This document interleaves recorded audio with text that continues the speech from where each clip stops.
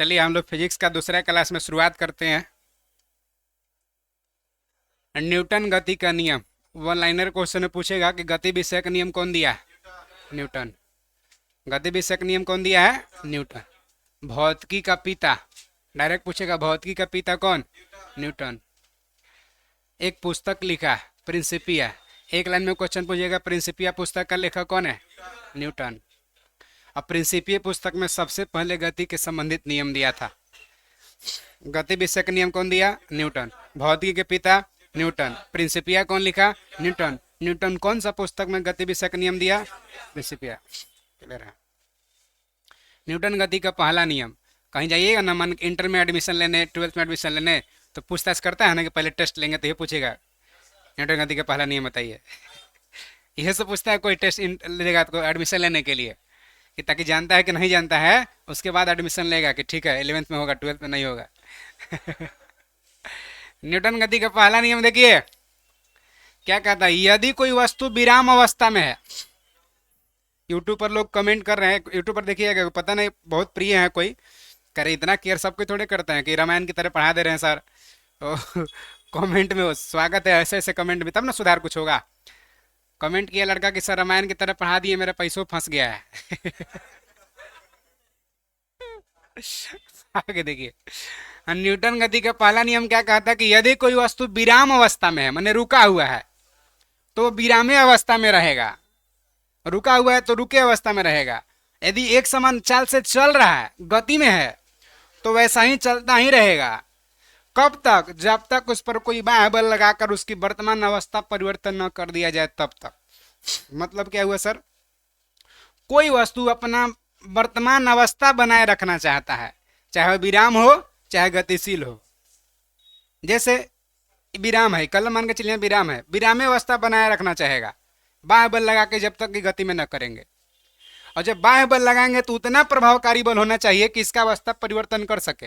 जैसे दीवार है, धक्का दिए, अवस्था परिवर्तन तबे होगा जब जो बाह्य बल लग रहा है वो प्रभावकारी बल होना चाहिए, न तो छुबे खाली कुछ इधर उधर हो ही नहीं रहा। कोई गति में है तो गति में रहना चाहता है, और विराम है तो विराम में रहना चाहता है। यानी कोई भी वस्तु अपना प्रारंभिक स्थिति बनाए रखना चाहता है, उसी को न्यूटन गति का पहला नियम कहते हैं। विराम है तो विराम में रहना चाहेगा, गति है तो गति में रहना चाहेगा। हाँ, अगर बाह्य बल लगा करके उसका अवस्था परिवर्तन कर देंगे तो फिर परिवर्तित हो जाएगा, और तब तक अपना बनाए रखना चाहेगा जब तक कि कोई बाह्य बल उस पर काम ना करे। जैसे देखिए मोटरसाइकिल से चल रहे हैं आप, गति में है, गतिशील रहना चाहेगा, बाह्य बल ब्रेक लगा दिए तब ना रुकेगा। तो जब तक ब्रेक नहीं लगाए गति में रहना चाहेगा। वो का कि ब्रेक कमजोरा लगा तो बढ़ते रह जाता है, कोई काम नहीं करेगा। ब्रेक काम नहीं किया बढ़ते रह जाता है, यानी कारण कि गति बनाए रखना चाह रहा था। वो पहले से विराम था, अब बढ़ाने लगे, एक्सीलरेटर दिए बढ़ने लगा, तो विरामे रहना चाह रहा था। कभी कभी बढ़ा दिया जाए तो कर पर बैठल व्यक्ति पीछे गिर जाता है, यानी विरामे रहना चाह रहा था। तो कोई भी वस्तु अपना प्रारंभिक स्थिति अवस्था बनाए रखना चाहता है, कब तक? जब तक कि कोई बाह्य बल काम न करे तब तक। यही न्यूटन गति का कौन नियम है? इसमें क्वेश्चन क्या पूछेगा? पहला नियम को गैलीलियो का नियम भी कहते हैं, यानी न्यूटन के पहले ही गैलीलियो ये बात कह दिया था, इसीलिए न्यूटन गति के पहला नियम को गैलीलियो का नियम कहते हैं, या जड़त्व का नियम भी कहते हैं। क्योंकि न्यूटन जो गैलीलियो कहा था वो जड़त्व कहा था, कि कोई भी वस्तु अपना जड़त्व बनाए रखना चाहता है जब तक कोई बाह्य बल काम न करे। इसीलिए न्यूटन गति के पहला नियम को जड़त्व का नियम भी कहते हैं और गैलीलियो का नियम भी कहते हैं, क्योंकि जड़त्व का नियम गैलीलियो दिया और गैलीलियो भी यही बात अल्टीमेटली कहा जो न्यूटन कहा था, लेकिन पहले कह दिया था कौन? गैलीलियो। समझ में आया? चलिए,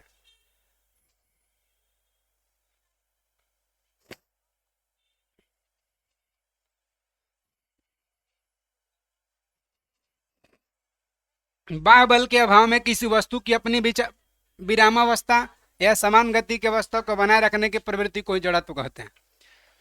बाह्य मने बल लगाने से पहले विरामावस्था में है तो विरामे रहेगा, और गति में है तो गति रहेगा। इसी अवस्था को क्या कहते हैं? जड़त्व कहते हैं। किसी वस्तु के जड़त्व को उसके द्रव्यमान के द्वारा मापा जाता है। अब जितना द्रव्यमान ज्यादा उतना जड़त्व ज्यादा। जैसे मान के चलिए एगो 100 ग्राम का कोई खिलौना गाड़ी है, एगो ट्रक है, दोनों में ज्यादा द्रव्यमान किसका है? अच्छा, कार और ट्रक में द्रव्यमान किसका ज्यादा है? तो ज्यादा जड़त्व किसका होगा? रखा। तो द्रव्यमान ही जड़त्व को इंडिकेट करेगा। जितना ज्यादा द्रव्यमान उतना ज्यादा जड़त्व, जितना कम द्रव्यमान उतना कम जड़त्व। क्वेश्चन में कह रहा है कि बाह्य बल अभाव में किसी वस्तु की अपनी विरामावस्था या समान गति बनाए रखने की प्रवृत्ति को ही क्या कहते हैं? तो यह ना जड़त्व का नियम गैलीलियो दिया। और जड़त्व में भी वही बात कहा जो न्यूटन पहला गति नियम में कहा। इसीलिए जड़त्व का नियम को न्यूटन गति का पहला नियम भी कहते हैं, या न्यूटन गति के पहला नियम को जड़त्व का नियम कहते हैं। और किसी वस्तु का जड़त्व उसके द्रव्यमान द्वारा मापा जाता है। जितना द्रव्यमान ज्यादा जड़त्व उतना ज्यादा, जितना द्रव्यमान कम जड़त्व उतना कम। तो ज्यादा जड़त्व ट्रक का होगा कि ज्यादा जड़त्व कार का होगा? ट्रक का। क्लियर है? पहला नियम से बल का परिभाषा बहुत ही महत्वपूर्ण क्वेश्चन है। डायरेक्ट कहता न्यूटन गति के कौन सा नियम से बल का परिभाषा मिलता है?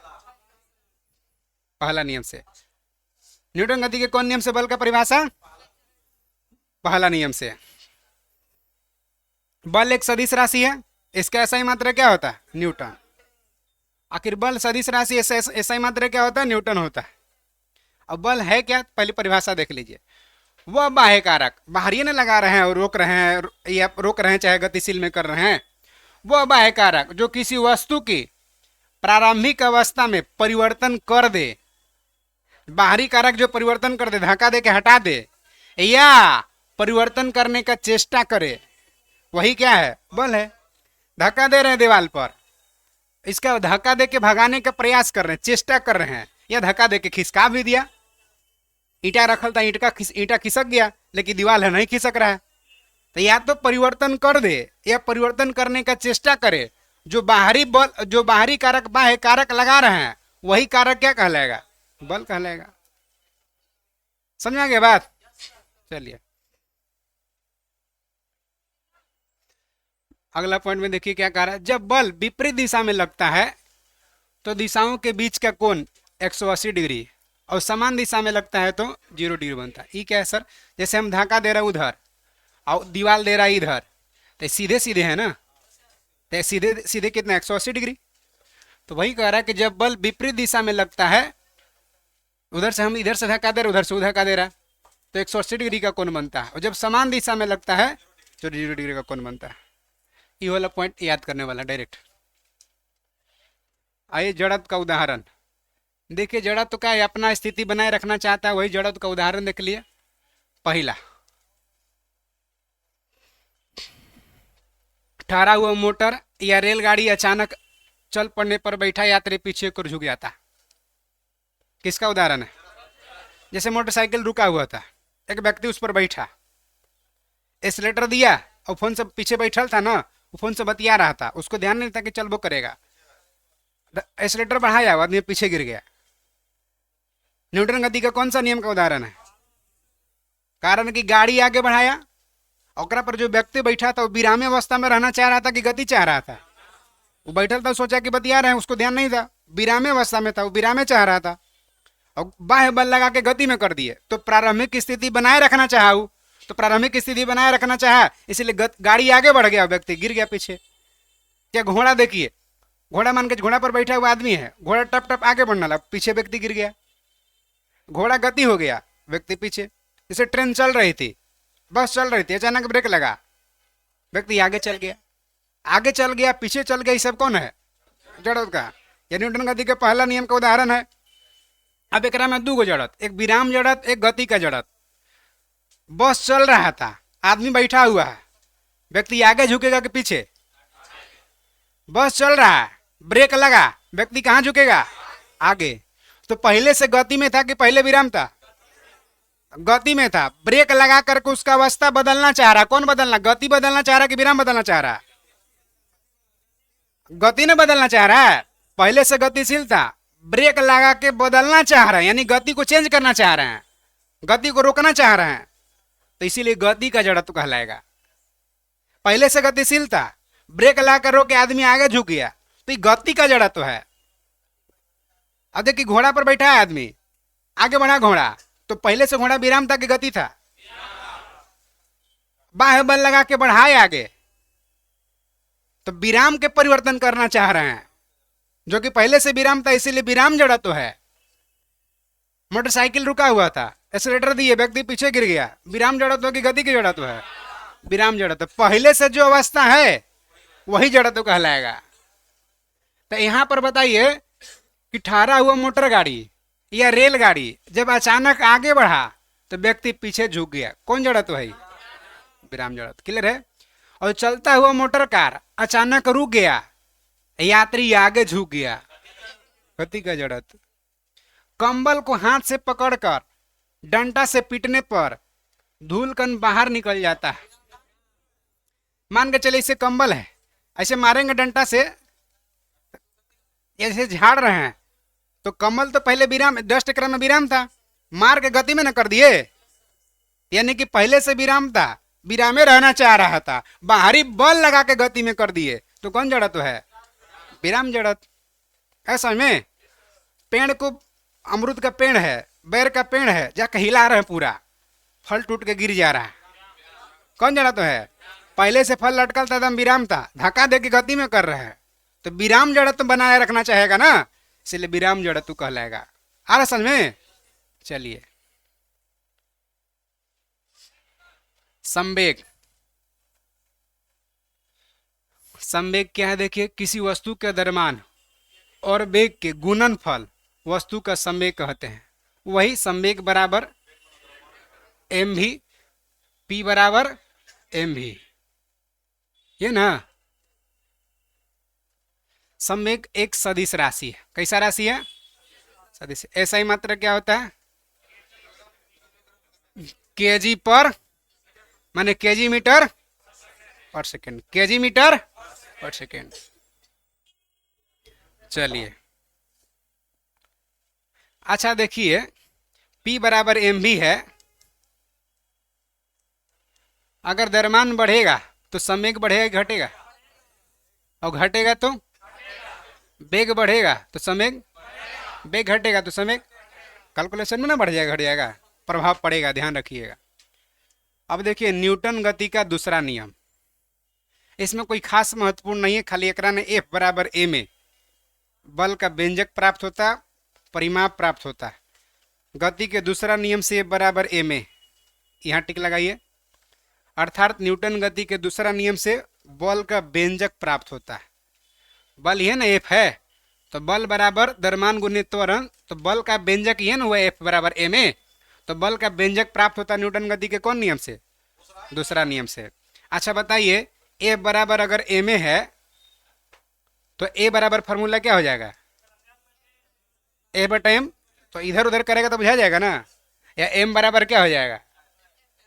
एम बराबर इधर गुना में देना जाएगा, भागा में हो जाएगा एम बराबर, तो इधर उधर करता है, ध्यान रखिए, छोटा छोटा न्यूमेरिकल बनाने के काम आएगा ये। F बराबर ए में इतना त्वरण है तो द्रव्यमान इतना है तो बल कितना होगा, बल इतना न्यूटन लगाया गया है, उसका द्रव्यमान इतना है तो त्वरण कितना होगा, छोटा छोटा न्यूमेरिकल बनाने के काम ही आएगा, है ना। चलिए,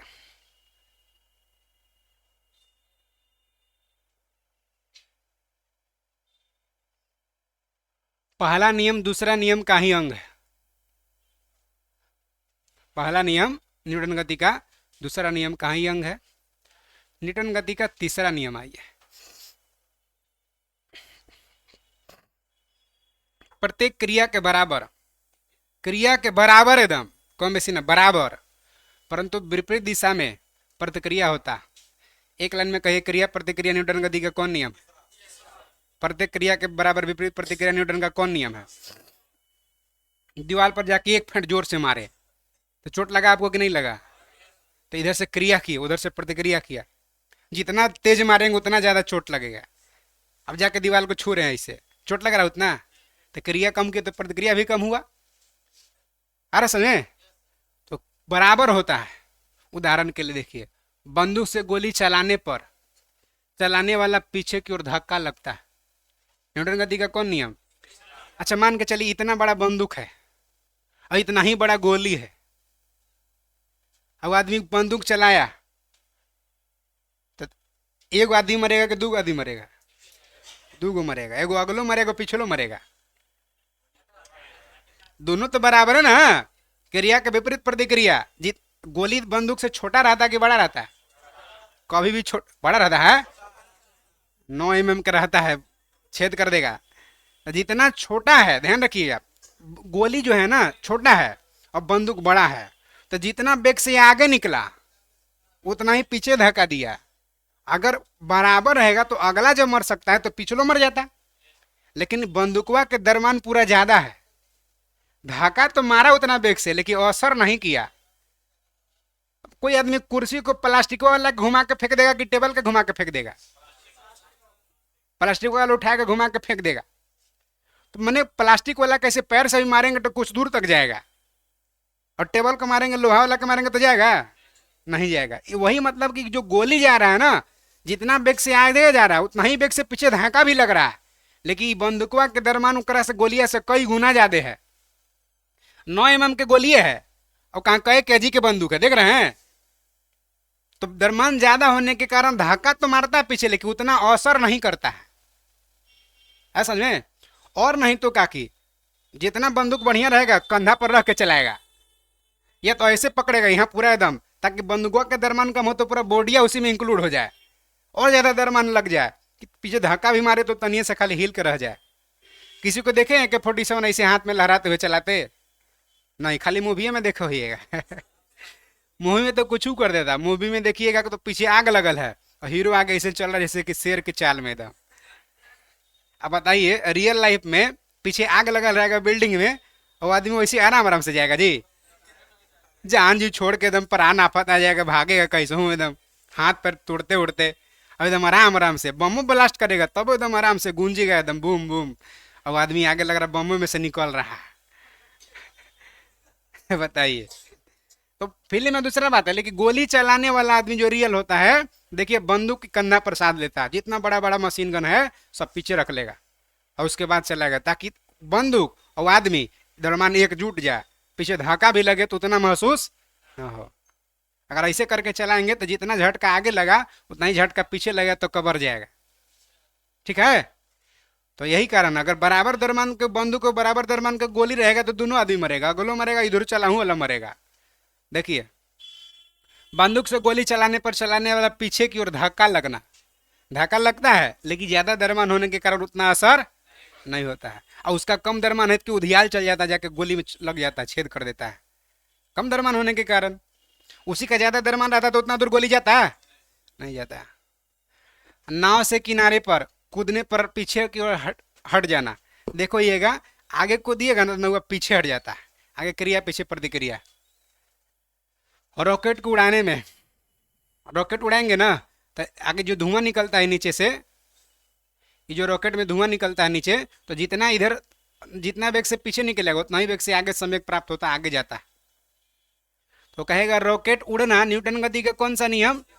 अगर ऑप्शन में दूसरा प्लस तीसरा दोनों तो वही आंसर करेंगे, और नहीं है तो खाली तीसरा। आगे हम लोग को मिलेगा संवेग संरक्षण बराबर न्यूटन गति का दूसरा प्लस तीसरा, और रॉकेट संवेग संरक्षण पर ही आधारित है, और नहीं है तो तीसरा। मैक्सिमम जगह तीसरा आंसर मिल जाता है आगे पीछे वाला कॉन्सेप्ट से, क्रिया प्रतिक्रिया के हिसाब से। लेकिन अगर दूसरा प्लस तीसरा अगर रहे तो फिर उसी को करते हैं, है ना? चलिए, रेखीय संवेग संरक्षण का सिद्धांत है ये।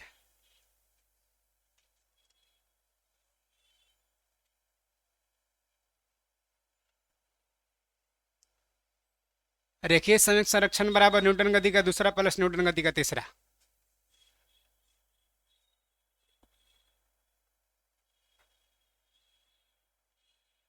नहीं दिया है क्या जी? नोट में दिया नीचे? हाँ तो उसी को जरूरी है। हाँ, नोट। रेखीय संवेग संरक्षण सिद्धांत न्यूटन गति के तीसरा और न्यूटन गति का दोनों का योगफल है ना, यही तक है। न्यूटन गति का दूसरा प्लस न्यूटन गति का तीसरा बराबर रेखीय संवेग संरक्षण। टक्कर छोड़िए,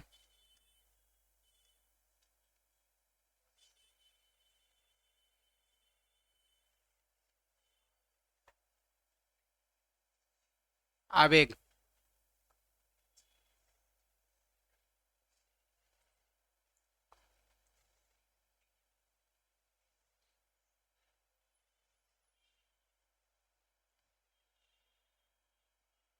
निकाल लीजिए सब कोई आवेग।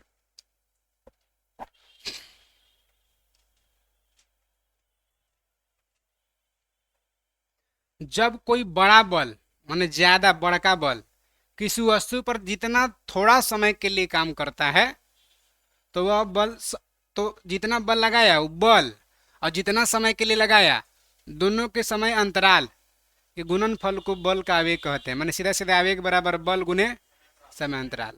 और आवेग बराबर बल गुने समय अंतराल, इसी को कह सकते हैं समय में परिवर्तन। क्रिकेट खिलाड़ी को देखो होइएगा, बॉल उधर से आया, बल्ला ऐसे प्रहार करता कि धीरे धीरे इसे सटाएगा, धीरे धीरे बल तो लगाएगा लेकिन हम झटका में एकदम तुरंत।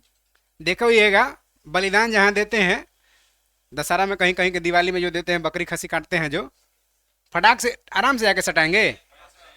जितना स्पीड में, जितना कम समय के लिए, जितना कम समय अंतराल में एकदम झटाक से मारेंगे। अगर देर हुआ तो फिर 5-6 को मारना पड़ेगा। मतलब ये होगा कि जितना समय अंतराल कम होगा उतना ही आवेग क्या होगा, समय अंतराल कम होना चाहिए, ध्यान रखिएगा। देखिए क्वेश्चन क्या है, जब कोई बड़ा बल किसी वस्तु पर थोड़ा समय के लिए, जितना कम समय के लिए प्रहार करेगा उतना ज्यादा, माने जितना कम समय में मारेगा उतना बल ज्यादा दूरी पर जाएगा। और सोचिए कितना हूँ पूरा बल सरिया लिए हैं एकदम पूरा टांगी कुल्हाड़ी की तरह, वो आने दो बॉल को, पूरा एकदम बल लगाया लेकिन उतना दूर नहीं गया क्योंकि ज्यादा समय ले लिया हमारे में। और जितना कम समय प्रहार करेगा उतना ज्यादा दूरी जाएगा। तो बल तथा समय अंतराल के गुणनफल को उस बल का आवेग कहते हैं। आवेग बराबर फॉर्मूला याद रखिएगा। चलिए, आवेग कैसा राशि है, सदिश राशि, जिसका मात्रा क्या होता है, न्यूटन सेकेंड, यह जरूरी है। इसका आवेग का कौन दिशा होगा, जो बल का होगा। जिधर बल लगेगा उधर ना आवेग भी लगेगा। प्रहार करें इधर से उधर, बॉल जाएगा इधर, बल के दिशा की ओर ही इसका आवेग का भी दिशा होता है। घर्षण बल हमेशा प्रयुक्त बल का विरोध करता है। ये कौन मिल गया सर, घर्षण बल। जैसे घर्षण बल देखिए, ये कोई नीचे मान के चली वस्तु है, ऊपर से रगड़ा के चल रहा है, ये क्या है, घर्षण बल है। दो वस्तु संपर्क में हो, दोनों एक दूसरा के विपरीत बल लगाए तो वही बल क्या है। अगर ये मार्कर लगा रहा है इधर जा रहा है तो ये वाला पीछे इसके लगा रहा होगा, ये लगा रहा है इधर लेकिन ये लगा रहा है नीचे।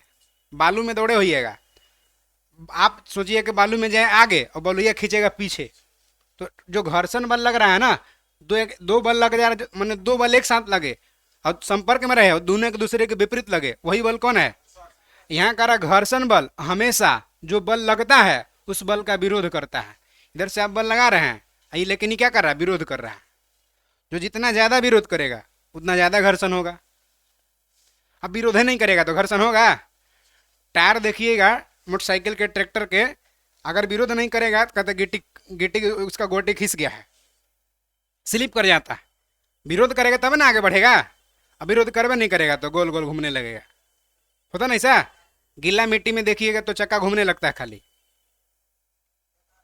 ठीक है, चलिए आगे आ जाइए।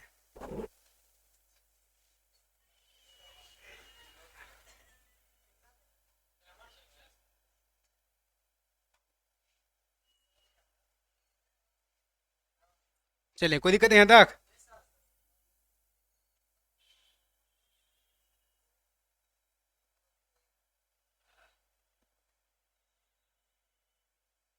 आगे आ जाइए, अभिकेंद्रीय बल। अभिकेंद्रीय बल, जब कोई वस्तु किसी वृत्ताकार मार्ग पर चलती है तो उस पर एक बल वृत्त के केंद्र की ओर कार्य करता है। इस बल को ही अभिकेंद्रीय बल कहते हैं। जैसे देखिए वृत्ताकार मार्ग है, गोले गोले घूम रहा है लेकिन वो केंद्र के भीतर, इस वृत्त के भीतर मैंने केंद्र की ओर एक बल लगता है, इसी बल को क्या कहते हैं।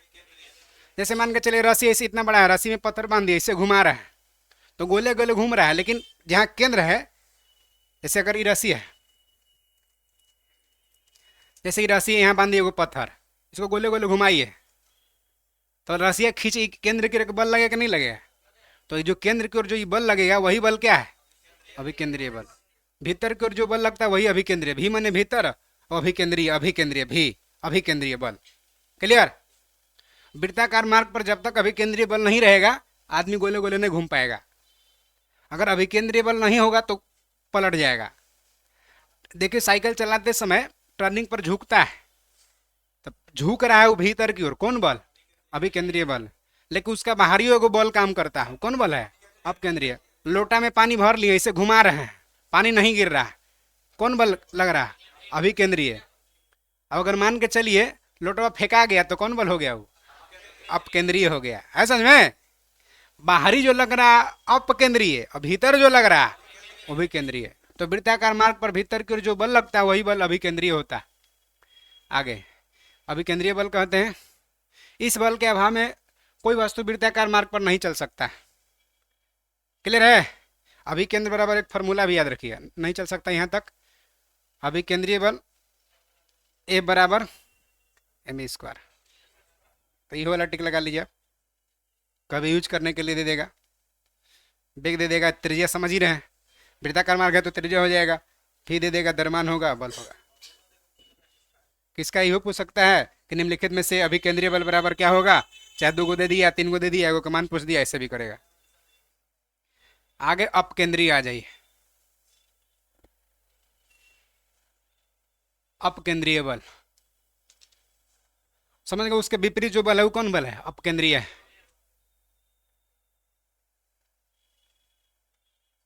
ये बल छद्म बल या जड़त्वीय बल कहलाते हैं।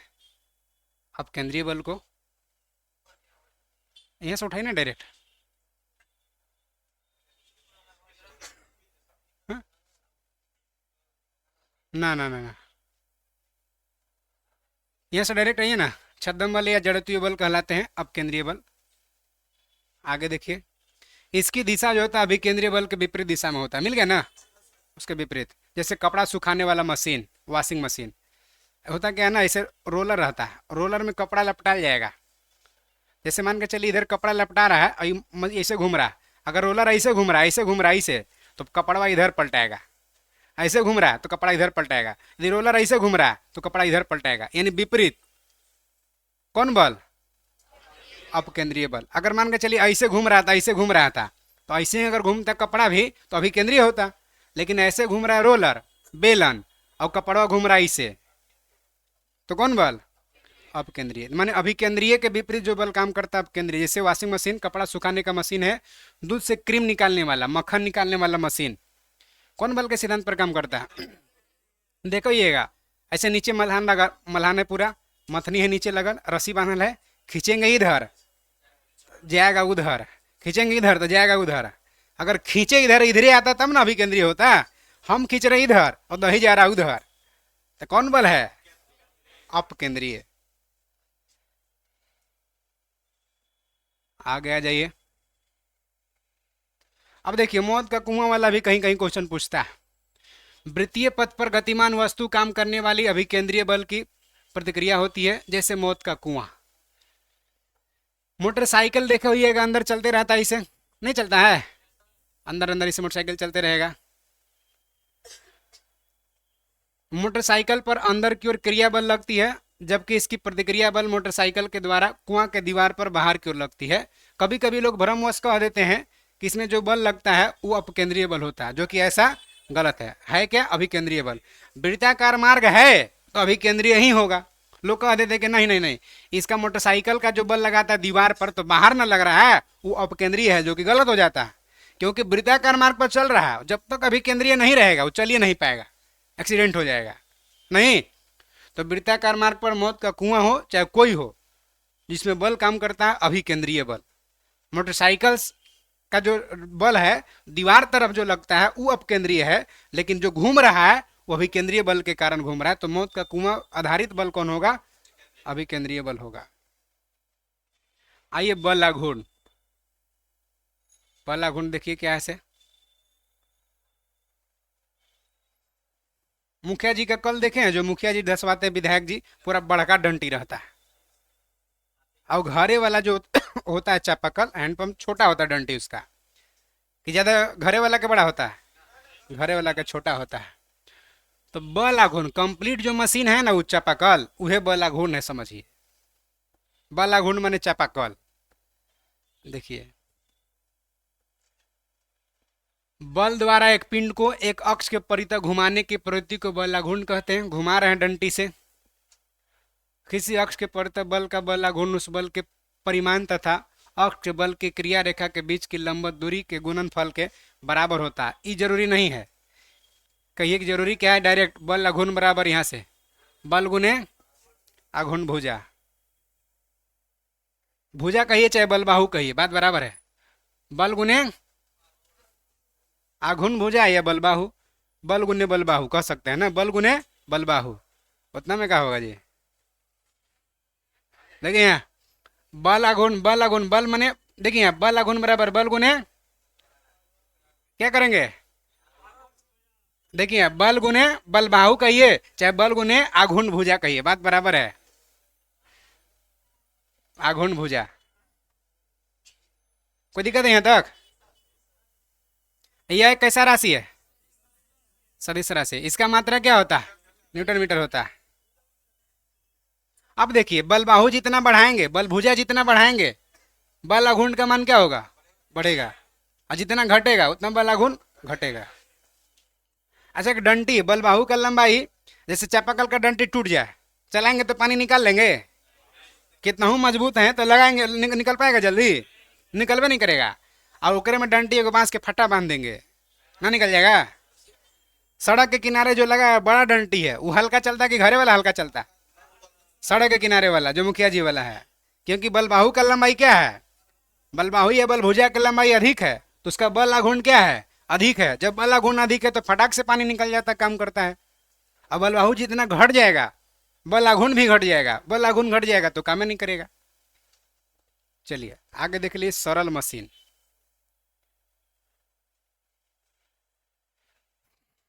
सरल मशीन देखिए, डायरेक्ट देखो ये थ्री इडियट मूवी में कहता कि मशीन क्या है, सरल मशीन क्या है, बताता है ना, अप डाउन अप डाउन। हाँ तो वैसे मैंने काम को जो आसान बनाता है वही तो मशीन है। आदमी कितना हूँ मान के चलिए, कुदाल लेकर के खेत को खोदते रहे, कोड़ते रहे, फेंकते रहे मिट्टी, जेसीबी भर कर देगा, काम के दम आसान बना, एक के बार में पूरा पेड़ उखाड़ ले रहा जेसीबी ना, एक के बार में एकदम ट्रैक्टर लोड करके पूरा फटाफट लोड कर दे रहा है। यानी काम को जो आसान बताता बनाता वही क्या, हाँ मशीन है। जैसे ट्रक को आदमी, 20 आदमी मिल के ट्रक को उठाएंगे तो उठेगा, लेकिन ओकरा में एगो जैक लगा दीजिए, एगो आदमी छोटा नो लइकनो जैकवा को थोड़ा ऐंठ ऐंठ के चक्का उठा देगा, चेंज कर देगा, हो जाता नहीं सा। देखिए सर वही मशीन है, यह बल आघूर्ण सिद्धांत पर काम करता है। सरल मशीन एक ऐसा युक्ति है, किसी से सुविधाजनक बिंदु पर एगो बल लगा दिए और किसी अन्य बिंदु पर रखे हुए भार को उठाया जाता है। जैसे उत्तोलक हो गया, घिरनी हो गया, स्क्रू जैक हो गया, वही जैक जो ट्रैक्टर के टायर वगैरह चेंज करने के लिए, तो आज बड़ा से बड़ा बल उठाया जा सकता है, वही क्या है, तो सरल मशीन है। क्या है, सरल मशीन। अब उत्तोलक देखिए,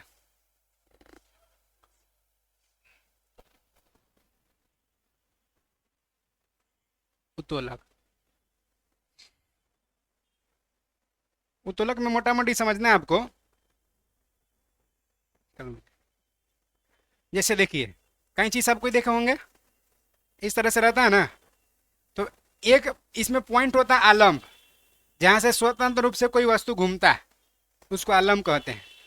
और एक तरफ यहाँ जो होता है इसका बल लगाते हैं, बल लगा रहे हैं ऐसे लगा करके उंगली ऐसे काट रहे हैं, एक तरफ एक एक जगह जहां स्वतंत्र रूप से घूम रहा है उसको आलम्ब कहते हैं, और जहां बल लगाते हैं उसको आयास कहते हैं, है ना। और जहां जो इसको मान के चलिए आगे कागज रखे काट दिया, तो जो लोड इसको उठाया जा रहा है, भार है, लोड है, आलम्ब एक जगह है, एक जगह क्या होना चाहिए, आयास, अब एक जगह लोड, यहाँ हो चाहे बीच में हो चाहे कहीं, 3 गो पॉइंट इसमें जरूर होता है। उत्तोलक है तो आलम्ब भी होगा, आयास भी होगा और बल भी होगा। अब मान के चलिए कैंची है, आगे लोहा रख दिए, कट रहा है इसे, तो लोड है ना, कहना नहीं लोड ले पा रहा भाई, नहीं कटेगा नहीं कटेगा। एक जगह आलम्ब हो, एक जगह बल लगा रहे हो, आयास जिसको कहेंगे, एक जगह भार हो, लोड हो, तो 3 गो पॉइंट होगा उत्तोलक में जरूर।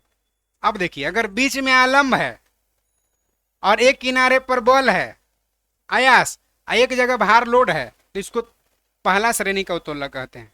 क्या कहते हैं, बस अंतर वही है। अब देखो होइएगा नींबू निचोड़ने का मशीन देखे होइएगा, देखिएगा तो आलम में क्या हो रहा था, तो घूम रहा है स्वतंत्र रूप से, जहां घूम रहा है उसको आलम कहते हैं।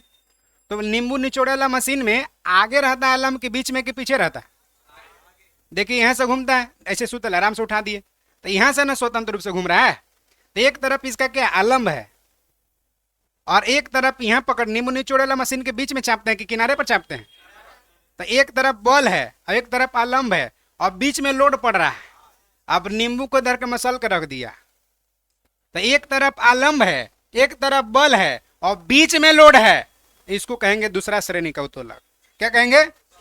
अगर वही में देखिए नींबू वाला में लोहा रख दिए, चपा रहा है, लोड कहाँ पड़ रहा है? किनारे के बीच में, बीच में है ना। तो ध्यान रखिएगा, एक तरफ आलम्ब हो और एक तरफ आयास हो और बीच में भार हो, लोड हो, उसको क्या कहेंगे? दूसरा श्रेणी का उत्तोलक। तो अब बीच में आलम्ब हो, एक तरफ बल हो, एक तरफ लोड हो, कौन श्रेणी का? पहला श्रेणी का, दूसरा श्रेणी का। दो समझ गए? अब देखिए, एक तरफ आलम्ब हो, एक तरफ लोड हो किनारे पर, अब बीच एक तरफ आलम्ब हो, एक तरफ आयास हो। देखिए मैटर समझ फंसेगा। यहाँ हो गया आलम्ब जो स्वतंत्र रूप से घूम रहा है और किनारे पर भार पड़ रहा है, भार माने लोड, और बीच में बल लगा रहे हैं। ये तीसरा श्रेणी का उत्तोलक हुआ। चिमटा देखे होइएगा, चिमटा ऐसे रहता है, आलम्ब इसका किनारे पर यहाँ है, घूम रहा है। यहाँ से ज्यादा मोटा सामान उठाना है तो इसको और फैलाइए, पतला उठाना है तो और चापिए। तो आलम्ब इसका क्या है? किनारे पर, और रोटी कहाँ है? आगे के बीच में, आगे। तो आलम्ब है यहाँ और लोड कहाँ पड़ रहा है? आगे। और आयास कहाँ लगा रहे हैं? तो एक तरफ आलम्ब हो, एक तरफ लोड भार हो और बीच में आयास हो, कौन श्रेणी का? तीसरा श्रेणी का उत्तोलक। तीनों समझ गए? अब खाली बताएंगे हम, पूछेंगे आप बताइएगा। सब कोई देखे सड़सी, बताइए कौन श्रेणी का है? हाँ, प्रथम श्रेणी का। सबको देखे ना सड़सी प्रथम श्रेणी का। अच्छा, सबको देखे होंगे सुपारी काटे वाला मशीन, खैनी काटे का मशीन, कौन श्रेणी का? दूसरा श्रेणी का। अच्छा, सबको देखे होंगे, ऐसे मान के चले, ऐसे हम बता रहे हैं, यहाँ आलम हो गया, यहाँ हो गया आपका, यहाँ आपका लोड हो गया और यहाँ पड़ गया आयास, कौन श्रेणी का है? मानव का हाथ कौन श्रेणी का? तीसरा श्रेणी का। अब देखिए नेल कटर, बढ़िया से समझिए। नेल कटर में देखिए ऐसे रहता है, एकदम ऐसे आराम से है, कोई दिक्कत नहीं है इसमें। यहाँ से उठाते हैं, देखिए इसको घुमाऊ उमाऊ वाला कहाँ है? किनारे पर, किनारे पर है, बोलिएगा झूठ? घुमाऊ वाला बीच में, आगे ना नाखून है जी, घुमाऊ वाला बीच में है। अब आगे क्या है? लोड पड़ रहा है, अब पीछे आयास लगा रहे हैं। हाँ, बीच में घुमाऊ वाला है, कौन श्रेणी का? पहला श्रेणी का, पहला श्रेणी का। अच्छा, और देखिए, इसे मान के चलिए कील गड़ा हुआ है, इसे कील गड़ा हुआ है, ऐसे हथौड़ी एगो लगा है, इसे ऐसे फंसा है, ऐसे चाप कर निकाल दिए। कील उखाड़े का मशीन समझ रहे हैं ना? ऐसे ऐसे पहले लगा है, इसको इधर करके निकाल दिए कांटे को आसानी से। तो देखिए यहाँ कहाँ से ऊपर नीचे अप डाउन कर रहे हैं। यहाँ तो लगा है, इसका आयास है, और बीच में क्या है? इसका स्वतंत्र रूप से घूम रहा आलम है, और कांटिया कहाँ है? आगे है। तो कौन श्रेणी का? पहला श्रेणी का। अरे भाई आगे कांटी है तो लोड आगे पड़ रहा है, आलम है बीच में घूमे वाला, यहाँ आयास लगा रहे हैं, कौन श्रेणी का? फटाक से टिक लगाइए, दमे 2 मिनट में हो जाएगा ये खत्म। आलम समझ में आ गया है? जिस बिंदु पर चारों ओर उत्तोलक के छड़ स्वतंत्र रूप से घूम सकता है उसको क्या कहते हैं? आलम कहते हैं। आयास समझ रहे हैं ना? उस पर जो बल लगाया जाता है उसी को क्या कहते हैं? आयास कहते हैं। भार लोड, उत्तोलक द्वारा जो बोझ उठाया जाता है अथवा रुकावट को हटाया जाता है उसी को क्या कहते हैं? भार कहते हैं। उत्तोलक बल आघूर्ण सिद्धांत पर काम करता है। क्लियर है? हाँ, अब कौन आदमी उत्तोलक के व्याख्या रखा था? आर्किमिडीज उत्तोलक के सिद्धांत का व्याख्या नहीं रखा था। पॉइंट क्लियर हो गया? चलिए, ये सब भुजा उजा ये सब आप समझ गए पहला ही मैटर से। उत्तोलक के प्रकार देखिए, उत्तोलक कितने प्रकार का होता है? 3 प्रकार के। फटाक से कर लेते 3 प्रकार के। पहला श्रेणी का उत्तोलक समझ गए होंगे आप? एकदम नहीं समझे हैं? देखिए आगे देख लीजिए।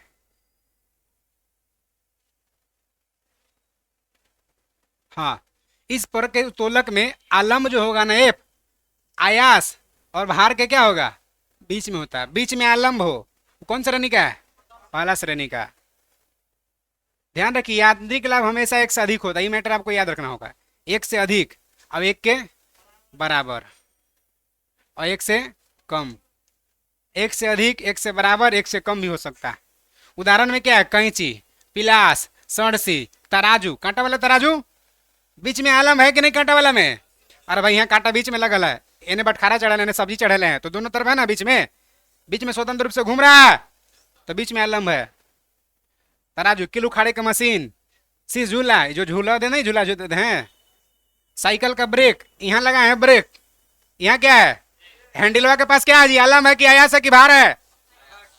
हैंडल के पास आयास है, और पेडिल के पास ऊपर नीचे जो हो रहा है, अरे पेडिलवा के पास जहां ऊपर नीचे हो रहा है स्क्रू लगल है, जहां तेल देते रहते हैं, आलम वही ना, सोता ऊपर नीचे कर रहा है, आलम है। आयास आलम, और जहां रिम ब्रश ब्रेक शू जहां पकड़ रहा है रिम को, वही ना लोड उठाया जा रहा है, भार। तो साइकिल का ब्रेक कौन श्रेणी का?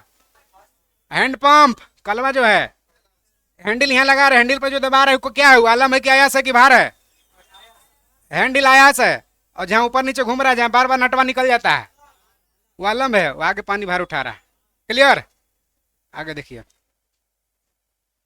द्वितीय श्रेणी का उत्तोलक,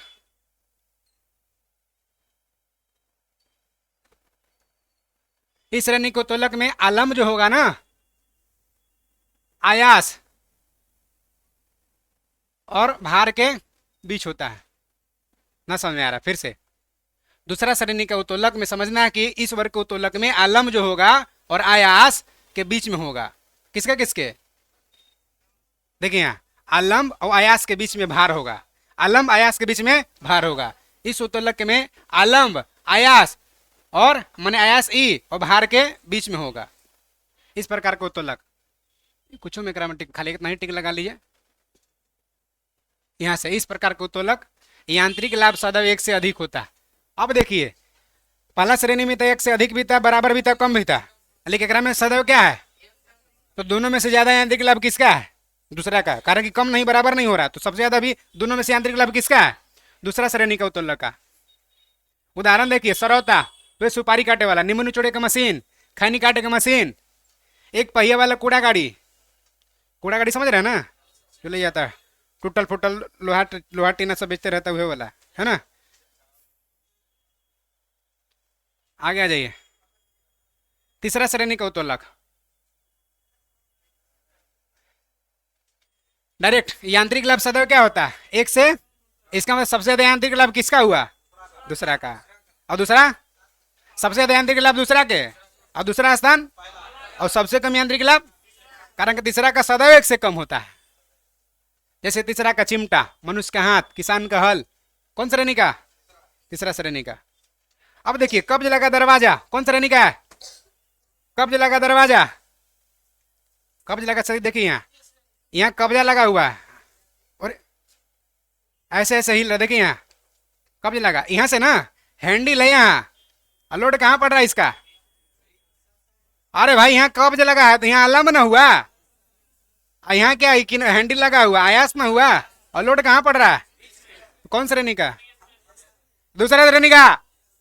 आलम यहाँ है, यहीं से ना स्वतंत्र रूप से घूम रहा है, यहाँ हैंडल है, माने यहाँ आयास है, और बीच में लोड पड़ रहा है, कौन श्रेणी का? दूसरा श्रेणी का। ना समझ में आया? किसान के हल, कौन श्रेणी का? जैसे देखिए यहाँ है, आगे क्या है इसका? किसान के हल में जमीन मिल रहा, कहीं मजबूत जमीन मिल गया तो बैल बैठ गया, होता नहीं से, तो आगे लोड पड़ रहा, आगे क्या है इसका? लोड पड़ रहा है। और यहाँ ऊपर नीचे जहाँ मान के चलिए मजबूत जमीन मिला, चाहे आगे कुछ पेड़ पौधा का जड़ मिल गया तो उठा लिए, तो कहाँ से? बीच से।